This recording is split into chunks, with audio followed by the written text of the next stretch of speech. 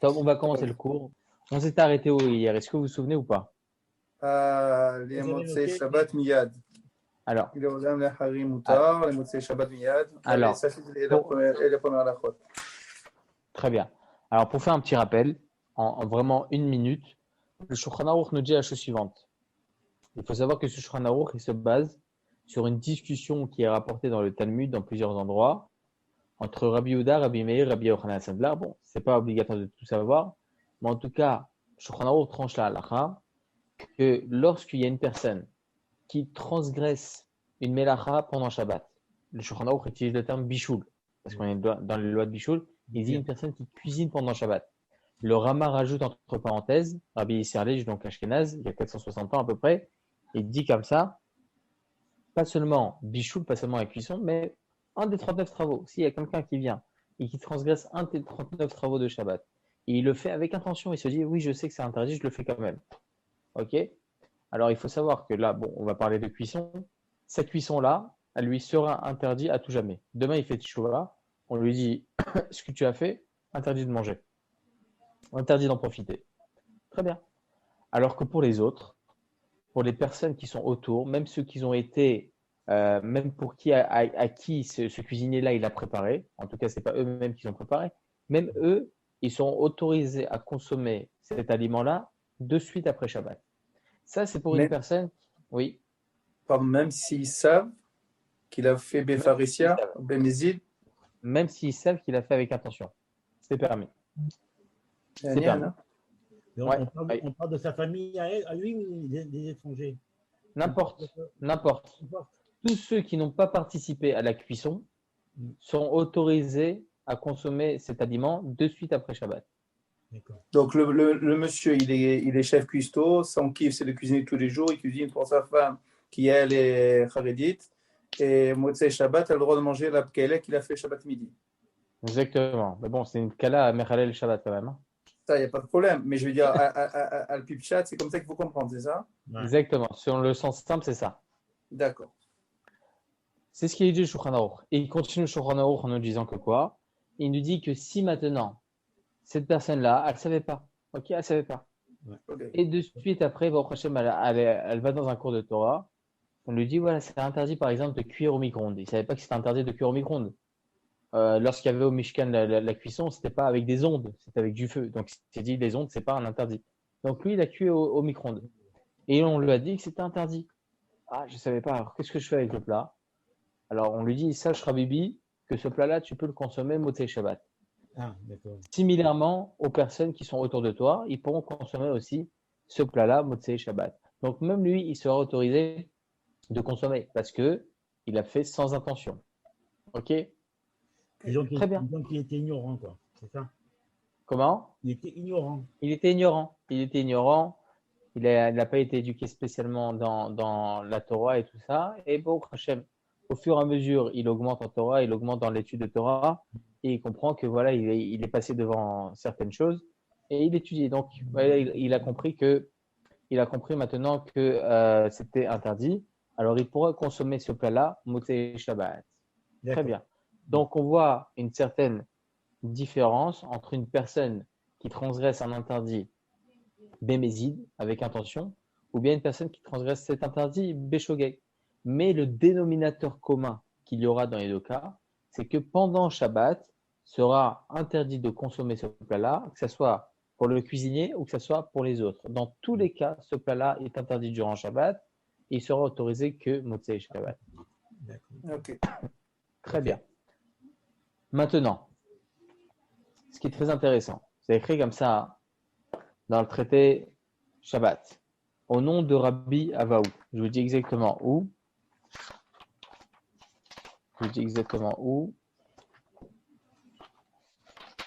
Je me permets d'avoir des petites notes à moi. Ah, il y a écrit comme ça dans le traité Shabbat. Dans le traité Shabbat. Pardon, dans le traité Ketubot 236. 34a, pardon, 34a.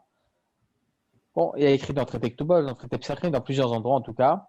C'est rapporté là-bas que l'interdit de profiter de cet aliment durant Shabbat, c'est un interdit qui a été institué par nos sages.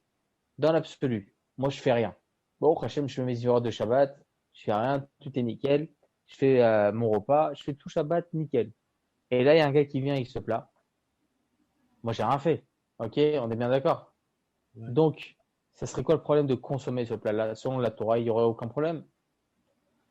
Alors, il faut savoir qu'au niveau halachique, c'est vrai, au niveau de la Torah, il n'y a pas de problème, mais Chachamim, ils sont venus, ils ont institué un knas. Comme si on lui donnait une amende, on lui disait, regarde, ce plat-là, interdit de le consommer pendant Shabbat. Pourquoi? Il y a écrit comme ça dans la Gemara, il y a écrit comme ça, l'ishmor et Shabbat, kadosh ou lachem, ve'en maaseh kodesh. Ça veut dire que quoi? Ça veut dire que les melachot par elles-mêmes sont interdits, certes, mais en fin de compte, les maasim qui ont été faits, c'est-à-dire l'action qui a été faite, l'interdit qui a été réalisé, ce qui en ressort n'est pas interdit selon la Torah. Moi, j'ai rien fait. C'est lui qui a fait, c'est pas moi. Donc, en fin de compte, c'est vrai que lui, il a transgressé quelque chose. Moi, je ne suis pas concerné par cela. Mais Chachamim, ils sont venus, ils ont interdit de consommer ce plat-là. Ça s'appelle Maaseh Shabbat.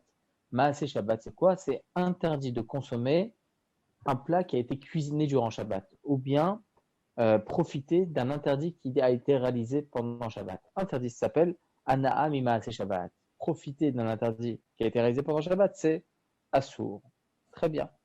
Donc, on comprend bien que cet interdit est uniquement d'ordre rabbinique. C'est très important, je fais toujours ça entre parenthèses, je le dis tout le temps dans tous mes cours, très très important de savoir c'est quoi qui est interdit d'ordre rabbinique et c'est quoi qui est interdit de la Torah. Pourquoi? Parce qu'il va y avoir énormément de différences halachiques pour ce qui va se rajouter au fur et à mesure. Je vous donne un exemple simple. Ok, je vous donne un exemple simple. Il y a écrit comme ça dans le traité Shabbat que l'interdit de demander à un non-juif pendant Shabbat de faire pour moi une melacha, faire pour moi un travail, cet interdit-là, hein, c'est un interdit des Rabbanan. Il n'y a pas écrit dans la Torah interdit de demander à un non-juif de faire pour toi une melacha. Il n'y avait pas ça au Mishkan. Ok, ça n'existait pas. Donc, c'est un interdit que Chachamim ils ont rajouté. La Gemara nous rapporte qu'il s'agit d'un jvout. Lorsqu'il y a écrit dans la Gemara le terme jvout, il s'agit d'un interdit. Cette action-là est interdite durant Shabbat, mais uniquement d'ordre rabbinique. Il y a des interdits de la Torah, interdits d'ordre rabbinique. Ordre rabbinique, c'est jvout. Et là, Amir Alegoy, demander à un non-juif pendant Shabbat, c'est un jvout, c'est un interdit d'ordre rabbinique. Très bien. Il faut savoir qu'il y a écrit comme ça dans les klalim, dans les généralités halachiques, que lorsque nous avons deux interdits d'ordre rabbinique. Je vous donne un exemple simple. Vous êtes dans la rue, on va dire en Israël, hein, ou bien même en France. Même en France. Vous vous rendez pas compte, vous aviez dans votre poche 100 euros. 100 euros. Vous le sortez comme ça et vous dites, oh, qu'est-ce que je fais avec? Et là, vous faites tomber par terre. Vous êtes pendant Shabbat. Alors, vous avez le droit de demander à un non-juif, s'il te plaît, Mahmoud, s'il te plaît, viens, prends ce billet-là, rapporte-le chez toi, et Motsei Shabbat, je viens le chercher. Pourquoi j'aurais le droit de faire ça? Il y a écrit comme ça que tout ce qui m'est interdit de faire moi, c'est interdit de demander à un non-juif de faire pour moi cette melacha. Comme ça, il dit le Rajba. Le Rajba, il dit tout ce qui m'est interdit, interdit de demander à un non-juif. Interdit de demander à un non-juif. Donc, comment j'ai le droit de lui demander de ramasser cet argent? Rachamim, ils nous disent que, étant donné que l'interdit de Amir Alegoy, demander un service à un non-juif, un interdit, ok, de lui demander ce service-là, c'est un interdit des Rabbanan. Et Mouksé, c'est aussi un interdit des Rabbanan. Il n'y avait pas de Mouksé au Mishkan. Mouksé, c'est des Rabbanan, c'est d'ordre rabbinique. Donc, lorsque nous avons. Comment? Un jvout de jvout alors. Ayafemeod. Ça s'appelle jvout des jvout. C'est-à-dire que lorsqu'il y a deux interdits des Rabbanan qui se collent, alors, en cas de grand besoin, jvout des jvout. Comme Tzorer Gadol, en cas de grand besoin, ou en cas de perte, en cas de lorsque la personne elle est un petit peu malade, lorsque c'est pour une misva, tous ces cas-là spécifiques, on aura le droit de demander donc à ce non-juif. D'où l'importance de savoir s'il s'agit d'un interdit des Rabbanan. Parce que s'il s'agissait d'un interdit de la Torah, j'aurais jamais pu demander à un non-juif de faire pour moi cette melacha. Lorsque l'on sait que cette melacha est un interdit des Rabbanan, j'ai le droit de lui demander. Ok? Ok. Très bien. D'ailleurs, je vous donne un exemple. Par rapport à allumer la lumière le Shabbat. Évidemment, allumer la lumière, c'est interdit. Mais éteindre la lumière, il y a écrit comme ça dans Siman 334, dans le Shulchan Aruch, Siman Shilamed Dalet, qu'il est interdit de kibouille, parce que dans les 39 travaux, il y a allumer, et le deuxième travail interdit, c'est éteindre. Donc éteindre, il s'agit d'un interdit de la Torah. Mais c'est quoi qui était au Mishkan? D'ailleurs, c'est pour ça que je vous avais introduit sur tous ces trucs-là, à savoir qu'est-ce qu'il y avait au Mishkan, qu'est-ce qu'il y avait au temple pour justement dire qu'il s'agissait d'un interdit de la Torah. Eh bien, au temple, ils éteignaient en fait les braises pour en faire après, pour utiliser ces braises-là, pour cuire, etc. Donc, quand est-ce qu'on interdit le kibouille? Quand est-ce qu'on interdit d'éteindre? C'est uniquement lorsqu'on a un intérêt sur l'objet lui-même. Donc, en l'occurrence, les braises, ok? Donc, le charbon. Mais lorsqu'on n'a aucun intérêt sur l'objet lui-même, on a un intérêt uniquement sur le fait que maintenant ça soit obscur. C'est pas un interdit de la Torah, ça n'existait pas ça au Mishkan. L'interdit devient des Rabbanan. Donc, lorsque vous éteignez la lumière Chas v'Shalom pendant Shabbat, il s'agit d'un interdit des Rabbanan. Parce que l'électricité, vous n'avez pas d'intérêt sur l'objet lui-même, à part économiser d'électricité, mais sur l'objet lui-même, vous n'avez pas d'intérêt. Ok? Donc, c'est interdit des Rabbanan. C'est pour ça. Mais allumer Oui. l'objet lui-même, on n'a pas d'intérêt. Qu'est-ce qui si. m'intéresse, moi? C'est la lumière, pas l'ampoule elle-même. Mais Donc, je bien sais que sûr ça qu'il vient y de a l'ampoule, que ça vient du soleil ou que ça vient de je ne sais trop quoi. et comment l'électricité vient? Comment votre lumière elle va s'allumer? Avec le Ah, feu, avec une étincelle. oui, ça, Une je ne parle pas de étincelle. ça. Non, je parle parce que je n'ai pas compris. Si l'intérêt que je porte à l'ampoule quand j'allume, pourquoi je n'aurais pas le même intérêt que je porterais à l'ampoule si j'éteins?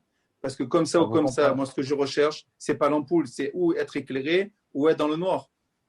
Vous avez raison. Mais ma problématique, moi, c'est que lorsque vous allumez votre lumière, vous avez un intérêt direct sur le fait qu'il y a eu cette étincelle qui s'est allumée. Lorsque vous éteignez, aucun intérêt, vous avez aucun intérêt sur ce qui se passe à l'intérieur. Ok? Il n'y a rien. C'est du vide. Ok? C'est juste l'obscurité qui va vous permettre d'être mieux pour mieux dormir. La lumière par elle-même, non. L'intérêt, c'est la lumière. La lumière par elle-même qui va se détacher de cette ampoule, ok, c'est mon intérêt personnel. Donc, en fin de compte, la melacha de Adlaka, le fait que j'ai allumé, là, l'interdit existe. C'est un interdit de la Torah. C'est vrai que c'est très, très fin. Hein. Pour comprendre, c'est très, très, très fin. Ok, c'est pour ça que plus on essaie de comprendre le sujet, plus on comprend. Bémet, parce que c'est vraiment fin. Et je comprendrai si vous n'arrivez pas très bien à le saisir. Mais c'est vraiment très, très fin. En tout cas, à partir du moment où on a compris que l'interdit d'éteindre une ampoule, c'est un interdit d'Erabanan, j'aurai le droit de demander à un non-juif d'éteindre la lumière lorsque, par exemple, à Shalom, il y a un malade dans la maison, il a besoin de se reposer, il n'arrive pas à se reposer avec de la lumière. Jvout des jvout, bimkom choli. Lorsqu'il y a deux interdits d'Erabanan qui s'entrechoquent, en cas de grand besoin, dans le cas où il y a une personne qui est un peu malade, il a besoin de se reposer pour aller mieux, alors effectivement, on aura le droit de demander à un non-juif. C'est pour ça qu'on a le droit pendant Shabbat de demander à un non-juif d'éteindre la lumière dans un tel cas. Donc, on voit l'importance de connaître qu'est-ce qui est interdit d'Erabanan et qu'est-ce qui est interdit de la Torah. Juste un truc à vous dire, Oui. la comparaison entre la lumière de maintenant et les cendres de l'époque, c'est pas pareil, parce que là, actuellement, on était dans la lumière, donc on n'a plus rien, on tourne dans le noir. Alors qu'à l'époque, les cendres, ils étaient encore un petit peu brûlantes, ils pouvaient encore un petit peu éclairer. Exactement, exactement. Et ces cendres-là, justement, ou bien ils apportaient quand même une nécessité par le fait qu'ils pouvaient utiliser ces cendres-là pour cuire de la viande. Parce que, par exemple, lorsque vous faites du barbecue, par exemple, on va se détacher en fait ce qu'il y avait à l'époque pour comprendre ce qui se passe aujourd'hui. Lorsque vous faites un barbecue au feu, vous faites ramener les braises et tout ça, vous faites que le feu puisse bien brûler le charbon, et après vous devez éteindre le feu pour utiliser justement ce charbon-là pour qu'il puisse cuire ma viande. Si je laisse le feu, tout va brûler. Donc là, c'est le issur de la Torah. Là, c'est vraiment l'interdit de la Torah. Alors que la lumière, c'est interdit des Rabbanan, c'est ça? Des Rabbanan, exactement. Éteindre, hein. Allumer, c'est interdit de la Torah.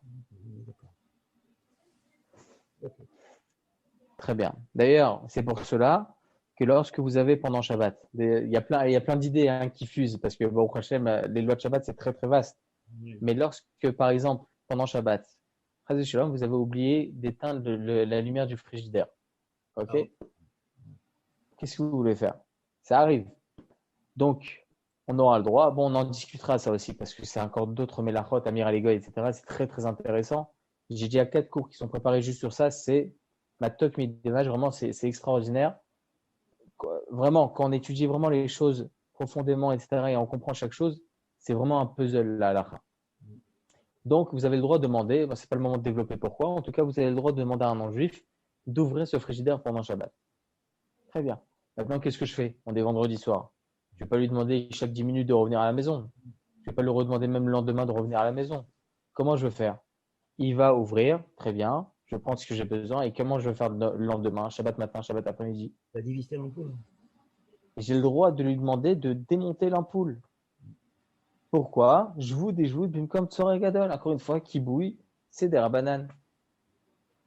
Donc, encore une fois, c'est pour cela, c'est vraiment important de savoir c'est quoi les interdits des rabananes et c'est quoi les interdits de la Torah, parce qu'il va y avoir des conséquences très intéressantes au niveau halachique, comment on va se positionner au niveau de la halakha hein, dans telle ou telle situation. Ok. Très bien.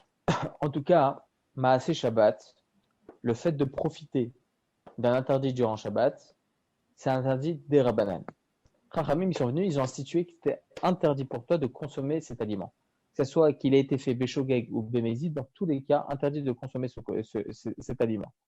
Très bien. Maintenant, il faut savoir qu'en Israël, une seconde, en Israël, il existe 7 fabriques qui continuent leur travail pendant Shabbat. Pendant Shabbat.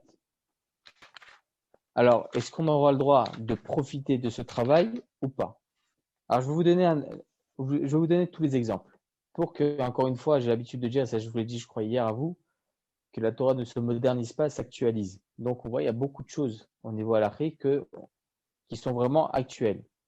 Il faut savoir que le verre, Fenetsia, en Israël, c'est une fabrique qui a été créée en 1934 à Haïfa. Elle continue de travailler pendant Shabbat. Pendant Shabbat. Est-ce que j'ai le droit de profiter de ce verre-là ou pas? Il faut savoir que 40% de la production du verre, elle est utilisée en Israël. 60%, elle est juste importée dehors d'Israël. Donc, on a 40% de chances d'utiliser un verre qui a été travaillé pendant Shabbat. Autre exemple, le papier. Ici, en Israël, il y a plusieurs fabriques de papier, entre autres, une qui s'appelle Hugla Kimberly. Cette fabrique-là, elle a été créée il y a à peu près une soixantaine d'années, okay, à Hadera. Et elle continue à travailler pendant Shabbat. Vous allez voir dans certains livres de grands rabbinim contemporains, où il y a écrit au début du livre, ne vous en faites pas, le livre n'a pas été conçu avec du papier qui a été travaillé pendant Shabbat. Donc, ils font attention à ça. Mais il y a d'autres livres où il n'y a pas écrit ça. Donc, est-ce que j'ai le droit d'utiliser ce papier?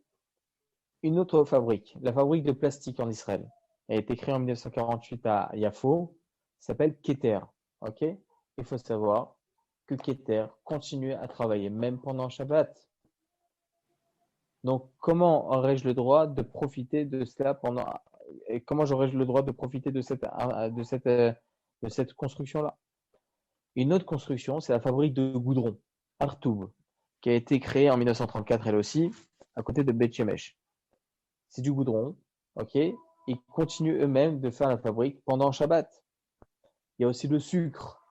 Le sucre en Israël, il est travaillé 90 jours dans l'année. 90 jours dans l'année. Pas plus, pas moins. Ils sont obligés de travailler 24 heures sur 24, 7 jours sur 7. S'ils arrêtent une minute, en tout cas du moins c'est ce qu'ils disent, s'ils arrêtent une minute la fabrication, tout le sucre colle dans les machines et ils sont obligés de tout jeter. Ils sont obligés de tout laver et de tout jeter. Donc, ils travaillent 24 heures sur 24, 7 jours sur 7, durant 90 jours. Comment on peut utiliser ce sucre? On a aussi la désalisation. Il faut savoir qu'à Jérusalem, Il faut savoir que lorsqu'on a des étés très très secs et des hivers aussi qui n'ont pas été très pluvieux, on utilise la désalisation à Jérusalem spécifiquement.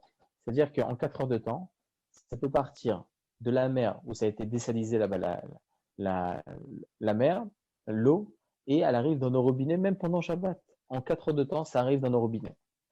Donc, tous les exemples que je viens rapporter maintenant, comment on peut en profiter alors qu'ils ont été travaillés pendant Shabbat? Alors, la réponse est tout... Comment? D'après tous mes devoirs, Mishnah Berurah Aleph, Ameh vashel Shabbat, במזיד אסור לו לעולם, ולהכרחי מותר, למוצאי שבת מיד. C'est le miyad qui nous intéresse ici. Ah, il a fait très très bien. Vous avez dit juste, lorsqu'il y a quelqu'un qui transgresse un interdit pendant Shabbat, j'ai le droit d'en profiter Motsei Shabbat. Donc il n'y a aucun problème. Donc c'est quoi le problème, monsieur le rabbin? Voilà, vous avez fait votre intéressant, vous avez rapporté 7 fabriques, mais nous, il n'y a aucun problème. Je vais vous expliquer c'est quoi le problème. Le problème est le suivant. C'est qu'il y a certains poskim, certains acharonim, certains rabbanim contemporains qui nous disent que tout ce que le Shulchan Aruch vient nous apprendre ici, que Motzei Shabbat c'est permis d'en profiter, c'est uniquement lorsque le travail qui a été réalisé, il est ponctuel. La personne, elle l'a fait, est-ce que j'ai le droit d'en profiter? Mais lorsque le travail il est réalisé chaque semaine, à chaque moment, et là, le juif qui fait cette action-là, il n'a aucun problème de transgresser Shabbat, et il fait ça chaque semaine. Donc là, il se peut qu'on interdira même pour les autres. Je vais vous expliquer pourquoi. Il y a écrit comme ça dans Yoredea. Vous savez que lorsque vous avez un mélange lait-viande, bien évidemment, c'est interdit. Mais lorsque, par exemple, il y a une goutte de lait qui tombe dans une marmite de viande, on compte 60 fois la quantité. Voilà, 60 fois la quantité. S'il y a 60 fois la quantité de lait, très bien, alors tout est autorisé. Excellent. Le problème, c'est que si le cuisinier il se rend compte, alors je vais compter, je vais voir, et il se rend compte qu'il y a 50 fois la quantité. Il manque 10 fois. Comment il faut faire? Alors on jette tout. Ça ne tient rien à faire, on doit tout jeter. Qu'est-ce qu'il fait lui? Il dit, Raval, Bémet, vraiment c'est dommage. Il veut rajouter à l'intérieur de la viande pour que ce soit 60 fois la quantité. Il est écrit là-bas dans Yoredea que ce n'est pas seulement pour lui que cet aliment sera interdit, ça sera interdit aussi à ceux auxquels les personnes qui étaient concernées par cet aliment. Par exemple, c'est un chef cuistot dans un restaurant, et il a vu ça, il a dit, je vais me faire éclater par mon patron, et il rajoute, il s'en rend compte après, même les clients seront interdits de consommer cet aliment. Pourquoi? Quelle est la différence avec Shabbat? On vient de dire que pendant Shabbat, tout l'interdit, c'est uniquement le cuistot lui-même. Les autres, c'est permis. Il dit le Magen Avraham dans Siman 318. Il dit le Magen Avraham, il y a à peu près 350 ans. Il dit comme ça, que la différence, c'est que lorsqu'il y a un mélange lait et viande, et qu'il y a 60 fois la quantité, c'est permis. S'il y a 60 fois la quantité, je ne fais aucun interdit de consommer cette viande-là et ce plat-là. Et donc, lorsque je vais rajouter, dans l'absolu, c'est vrai que cette action-là, c'est pas top. Ok, c'est même pas que c'est pas top, c'est interdit.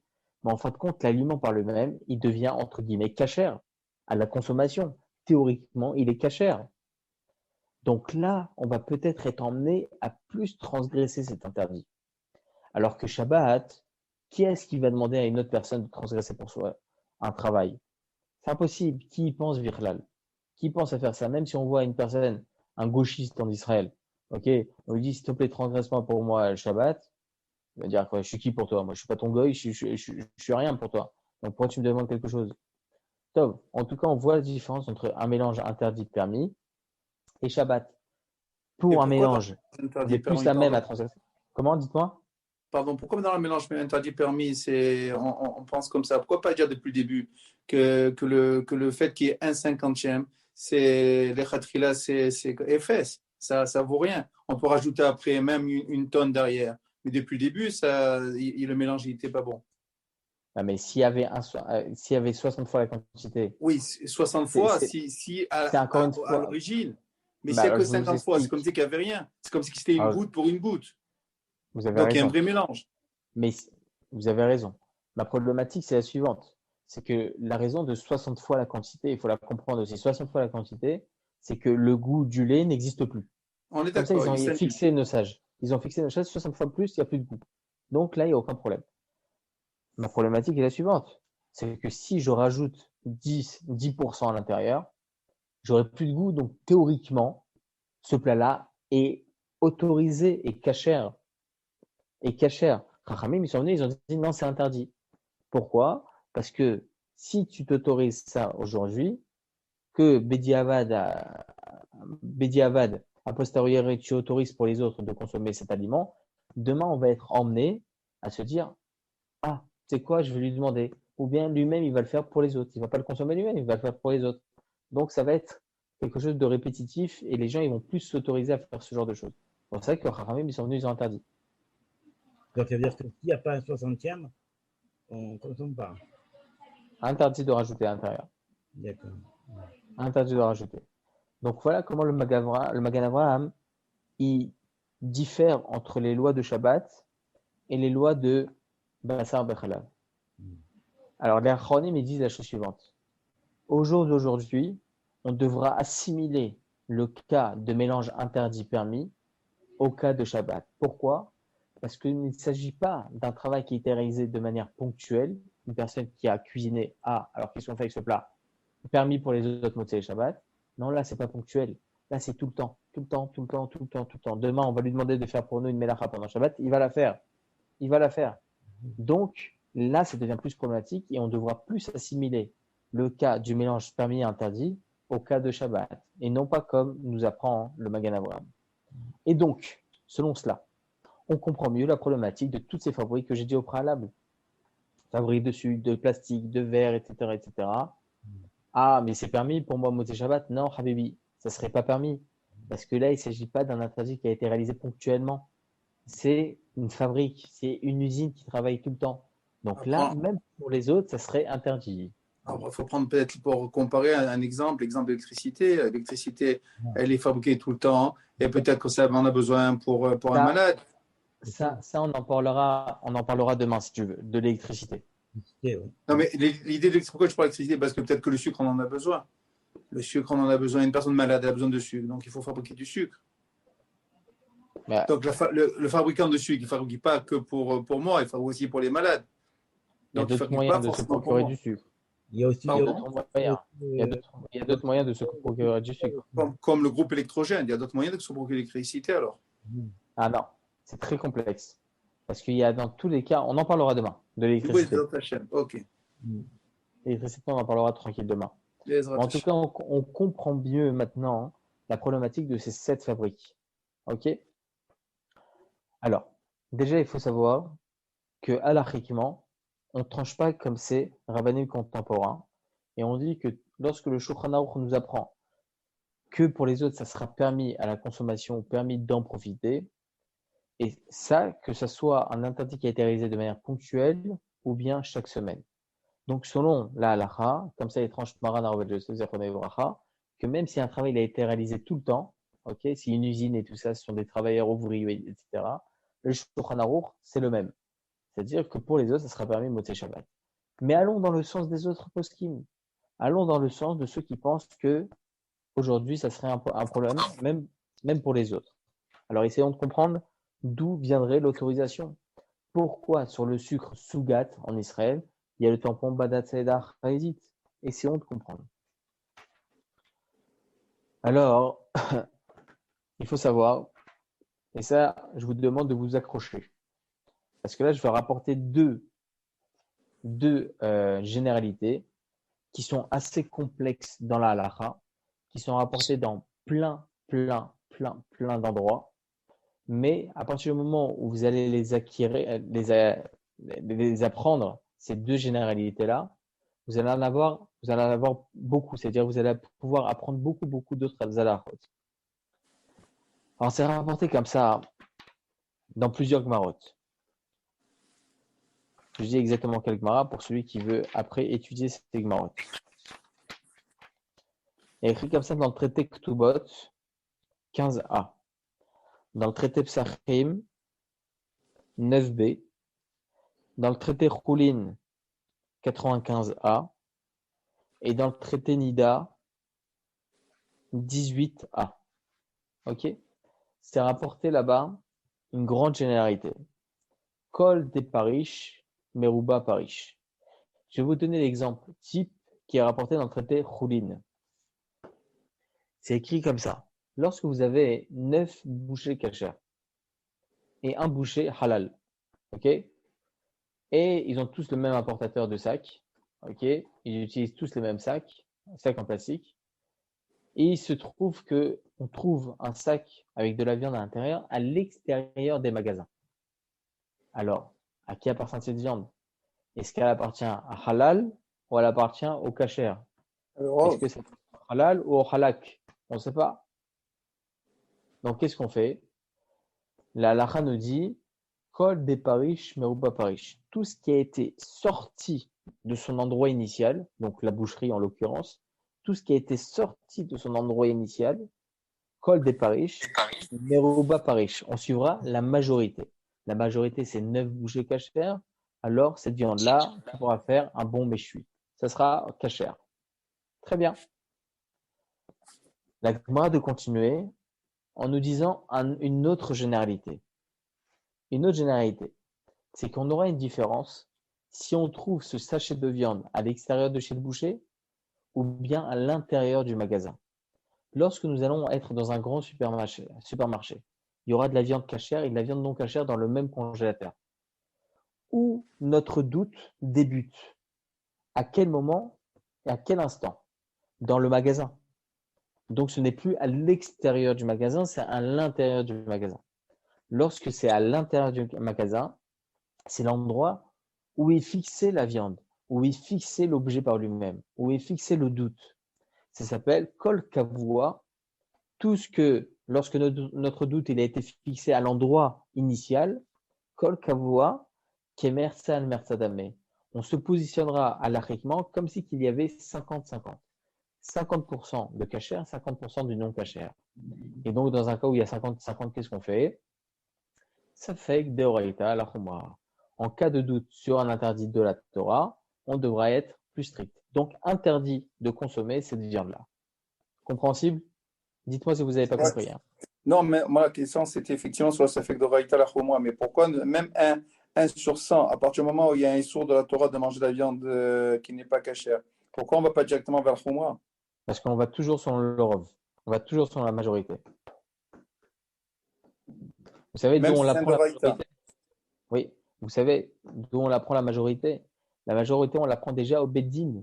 Lorsqu'il y avait un Sénédrine, lorsqu'il y avait une personne qui devait être jugée, on devait prendre un minimum de 3 dayanim, 3 juges. Pourquoi 3 juges? Parce que si on n'avait que 2 juges, il n'y en aurait un qui aurait pensé comme ça, l'autre il aurait pensé autrement. Au contraire. Comment on tranche la halakha? Non, alors il faut 3. Il y en a 2 qui pensent comme ça, un qui pense comme ça, on suivra la majorité. Donc, dans tous les cas, dans toute la Torah, on suit la majorité. Dans toute la Torah. Donc, d'où justement cette généralité.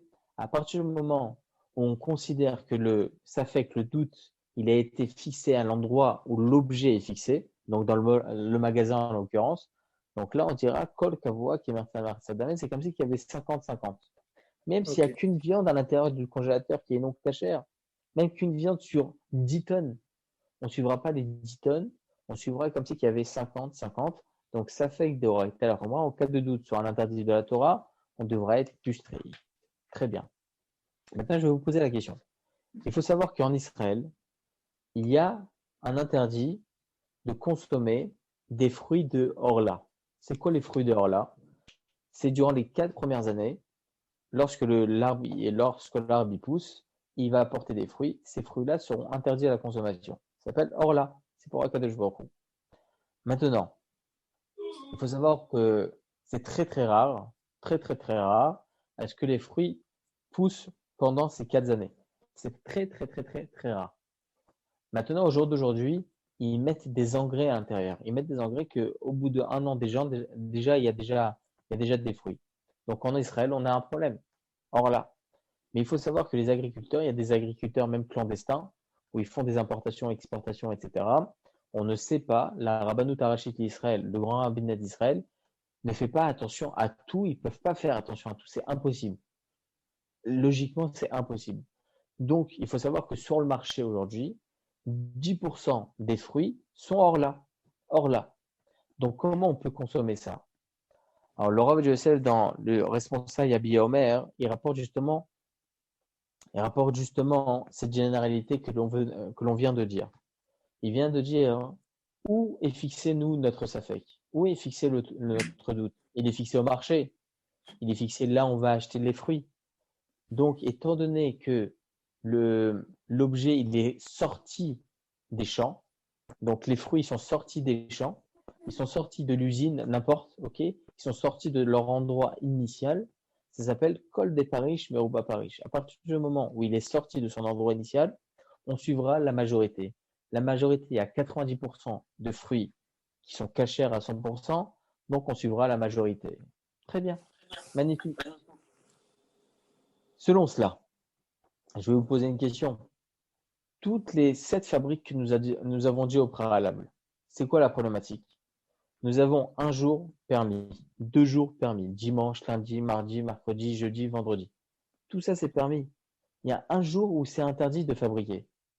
Donc, en fin de compte, la majorité, c'est quoi? Ce sont 6 jours permis, un jour interdit.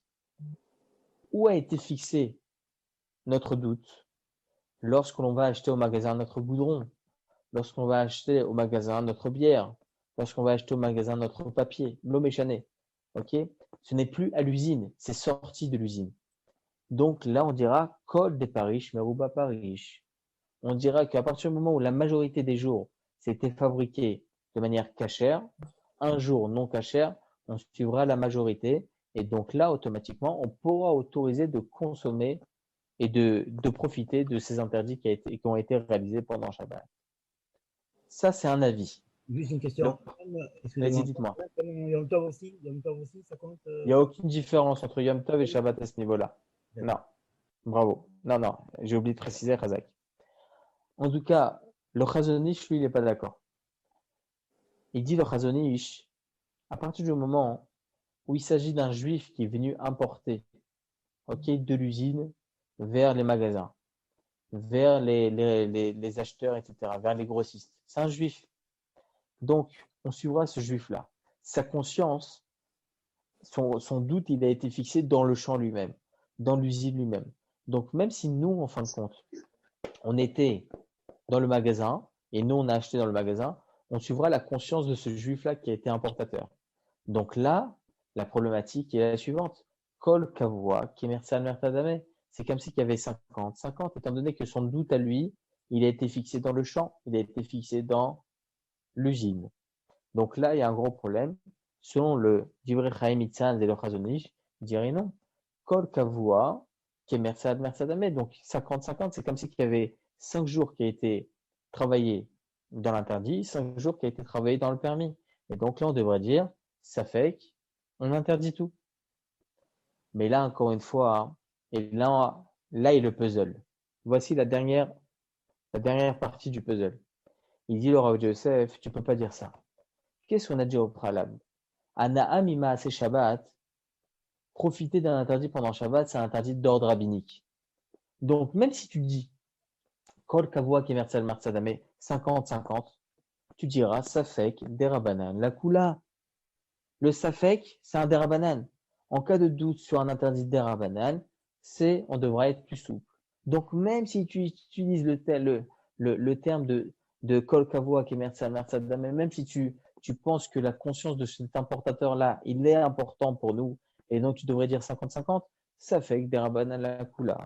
C'est pour ça que selon la halakha, même si on tient que le Shulchan Aruch ne parle pas d'un travail qui a été fait de manière habituelle, donc chaque semaine. Il parle uniquement d'un travail qui est fait ponctuel. Et donc aujourd'hui, on devrait interdire toutes ces fabriques-là, même à la sortie de Shabbat, pour tout le monde.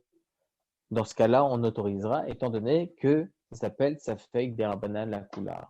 Encore une fois, l'importance de savoir quand est-ce qu'il s'agit d'un interdit Derabanan, quand est-ce qu'il s'agit d'un interdit de la Torah. Là, il s'agit d'un Derabanan, on comprend maintenant Safek Derabanan la Kula. Vous avez une question? Non, a priori non. Bon, Hashem. Une question, Je te barre chez Moulad. excusez-moi. Oui. En principe, en Israël, ils ont les tampons quand c'est les tampons qu'ils mettent, vous savez, les tampons, l'ashkara du paquet de légumes, Oui. tout ça. Donc, on peut consommer sans problème. Donc voilà, on comprend maintenant pourquoi il y a un tampon Ah, voilà. sur ce genre de produit. Donc, On ça veut comprend. dire- Parce qu'encore une fois, ça fait des rabbanan à la couleur. Ok? Ok. Petite seconde. Si vous avez des questions, n'hésitez pas. Demain, hein, on parlera. Vous avez vu comment on décortique un Shulchan Aruch? Ouais. Voilà comment on décortique un Shulchan Aruch. Sur les termes employés par le Shulchan Aruch, on essaie de comprendre au niveau actuel toutes les choses, toutes les répercussions à l'Afrique que nous avons. L'interdit de Hanam et Maaseh Shabbat que le Shulchan Aruch vient nous apprendre. Interdit de consommer pendant Shabbat un aliment qui a été cuit pendant Shabbat, il s'agit d'un interdit d'Arabanan. Voici toutes les conséquences. Étant donné que c'est qu'un des Rabbanan, ça fait que des Rabbanan à Kula, Kol de Paris, Kol Kavua, etc. Vous voyez le nombre de choses, Baruch Hashem, que l'on a appris ensemble. Énorme. Baruch Hashem. Exact. En tout cas, demain, on parlera de l'électricité.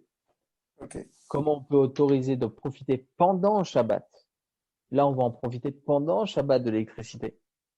On va essayer de comprendre pourquoi c'est autorisé. Parce que le Shulchan Aruch, il est explicite. Interdit d'en profiter même pendant Shabbat. Après Shabbat, oui, mais pendant Shabbat, non. Donc, comment on autorise aujourd'hui d'en profiter? Si Dieu veut, on en parlera tranquillement demain. Parfait. D'accord. Ok? Merci. Rav. Parfait. Allez, Chazak ou Baruch. À Hazak demain. Bemat.